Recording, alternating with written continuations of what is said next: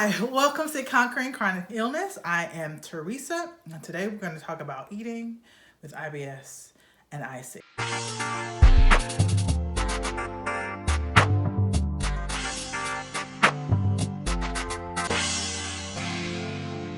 So, off top, I was officially diagnosed with IC. I have I had one before he retired, a urogynecologist to deal with the symptoms. I took medication, was weaned off of it because the symptoms were not as bad, and I managed my IC or interstitial cystitis, I guess I should have said that up top, with lifestyle and diet. Conversely, IBS, I'm using... Do I have IBS? I don't know, right? I have fibromyalgia. I have horrible stomach issues. IBS comes with fibromyalgia. My doctor has told me to go see a gastroenterologist, my primary care physician. I have not. What I have discovered is dealing with my anxiety, and my fibro has decreased a lot of the symptoms that I have. Like, I don't have pain every time that I eat anymore, which is awesome. But there are still some things that I have to do to manage those IBS-like symptoms. So I'll say I have IC and I have IBS-like symptoms. We'll put it like that. Because I have not been officially diagnosed, and I don't know that it is worth my time or energy to go to a gastroenterologist. Comment down below. Should I go to the doctor, another doctor, about another set of symptoms that I have? I don't know. Well, but this is what I do to manage them. So what I have found that helps both with IC and IBS is to eat regularly. And that sounds so simple, but it's something that I have not done for years. For probably since college, I have been on some sort of diet trying to lose 10, 15 pounds to get to a certain weight and some specific size. The last thing that I really tried was intermittent fasting, and I think that was probably the worst thing that I could have done for IC and IBS, not eating for such a long period of time. I think for most women, intermittent fasting is a bad idea. And I will say that off the bat. I can link some nutritionists down below who kind of, it's just bad for hormone health. It is bad for hormone health. It's bad for gut health. Not eating that long, for that long continuously over a long period of time, it's just not, it's not good for specifically the female body. For IC, for me, I found that when I have full meals regularly, and some snacks if I get hungry, but if I have full meals regularly, and drink water periodically throughout the day, and I'll talk about drinking, what to drink here later, but like, I feel better. I have a feeling it is because when I'm eating a full meal and drinking water periodic throughout the day, instead of doing it at one time later in the day and just drinking a lot of water, I feel like it may make my urine less acidic. Like, I feel like that's what it is, because I deal more with pain and frequency. And so, yeah, I think that is why there might be some science behind it, but I know for sure eating full meals helps me. On the flip side of that, drinking also helps. I would, like with meals, I would wait until the end of the day and eat a bunch. I would wait with drinking until I got super thirsty and drink like 32, 64 ounces of water at one time. I literally cannot do that. It messes with my stomach. Like, just being that full of liquid messes with my stomach, and it irritates my bladder because it makes me have to go, and that urgency starts to irritate my bladder. So no longer do that. I try to stick with water. Most stuff messes with my bowels. Caffeine, I have it every now and then. It is self-sabotage. I try not to do it. But when I'm feeling really bad, coffee helps me feel better. And so every now and then I will do it. It's not something that I drink every day anymore. Don't drink fruit juice. Don't do smoothies. That messes with my stomach, and the acidic from the fruit messes with my bladder, and the sugar too. Don't drink sugary drinks often at all. When I have diet drinks, I normally try to keep it to like one with a meal. Like I don't just drink it outside of mealtime. The only thing I drink outside of mealtime is water. And I try to keep it to 8 or 16 ounces at a time. And I do that periodically through the day, and I am a whole lot better. I don't go hours and hours without eating or drinking anymore at all. I just don't.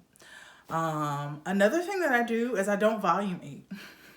Volume eating is horrible on the stomach. This is specifically for IBS. I don't know that it affected IC at all, but it is horrible. So that whole fill the plate with vegetables, like what are you trying to do, kill me?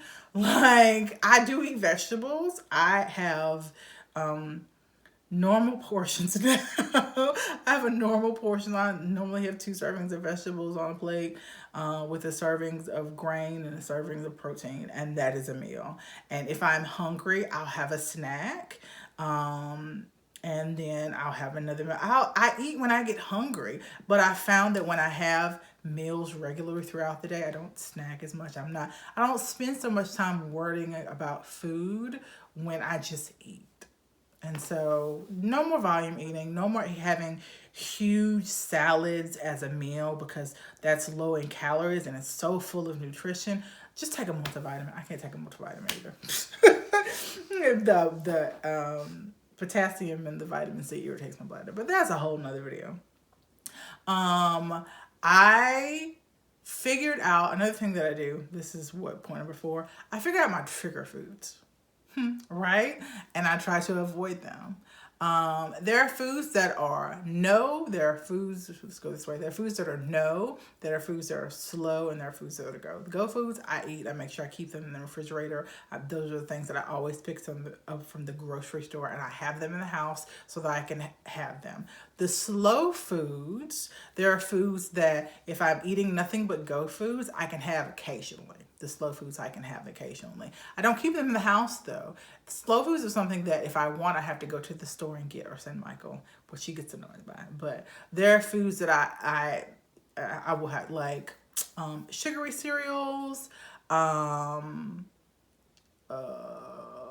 sugary drinks, particular fruits that irritate my bladder, some candies irritate me, but it's always things with lots of sugar, I see. There are other foods, spicy foods. Like I love those pickled sausages. They're so bad for you. The Tijuana Mamas, I love those. I will literally go buy one, have like 2 or 3 bites and throw the rest away. Because sometimes you just want it. You want what you want, right? But I can't sit up there and eat it entire. No one should, really. They shouldn't be made, but they are, and I love them. And if I haven't had one in probably over a year, but if I really get a hankering for one, I go buy one. I probably won't even bring it home, take a couple bites out of it and throw it away. Because if I bring it home, I'm going to save it and do it again, and that will irritate my bladder. And then there are no foods. There are restaurants. I can't eat anything out of Popeyes, not even a biscuit. Like it either irritates my stomach or it irritates my bladder. And so we don't go to Popeyes. We went once this year. It was a horrible, was it last year? I think it might have been last year.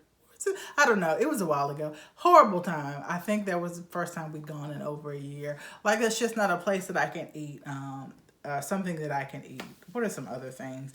I love chocolate chip muffins.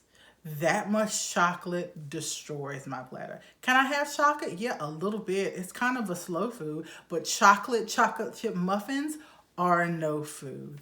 What are some other things? Hot coffee. In no way, shape, or form can I have hot coffee and it not destroy my bowels and my bladder. I don't know I can have iced coffee every now and then. I can have a Frappuccino every now and then, but to sit up there and drink a hot cup of coffee and not think I'm going to be vomiting or have diarrhea or be on the toilet every 2 or 3 minutes peeing for the next 3 or 4 days and in pain, it's just out of the question. So they're just things that I don't do. Red wine, I don't really like it anyway, but I can't have grapes. Oh, that bothers me so bad. I cannot eat a single grape and expect to not be in pain. My bladder cannot tolerate grapes. I can have a glass of white wine, which is random, but I don't like most white wine, so it's not a big deal. But I cannot eat grapes, and it makes me so angry. That is probably the only thing that makes me angry, because grapes are delicious and they're good for you. Why can't I have them? Because your bladder says no. Is that it? Is there only 4 things that I do? Is there a 5th? It would make a very nice title if there were a 5th, but I don't think so. Oh, this is the truth, and this is another video that I'm going to do. I sleep. I rest. I avoid the stress.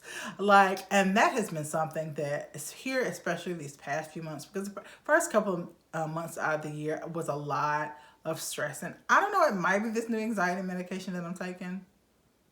That is interesting that this mindset has come about in the same month that I started taking this anxiety medication. But I have determined that I want a life of ease. So I'm going to be, the air conditioning just kicked on. So I'm going to be at ease. I'm not stressing. I'm not worrying. I'm not fussing. I'm going to be at ease. And the life at ease that I want is going to follow. And so I do what I can do. I do what I want to do, and then I love on my family and I go to bed. And that means a lot of the mindsets that I have about how a wife should be, how a mother should be, how a home should be, what kind of career I should have as a woman, I just let them go, because they don't fit me being at ease, attracting a life at ease. I'm dead serious about it. I just can't do it anymore. And so I know for sure, and probably so, I know for sure my bladder, and probably so with my stomach as well, stress is probably the highest trigger. When I am stressed, my bladder is going to be irritated. And so I'm not doing it no more. I go to bed at night. If I see something on social media that I don't want to watch, then I just unfollow it. I'm not going back and forth with folks in the comments. Yeah, y'all can have it to yourselves. Do I know what's going on in Ukraine? Yes. Do I keep up with it? No, I can't.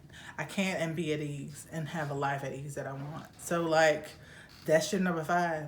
And just call me Miss at Ease. But yeah, those are the things that I do to try to manage my interstitial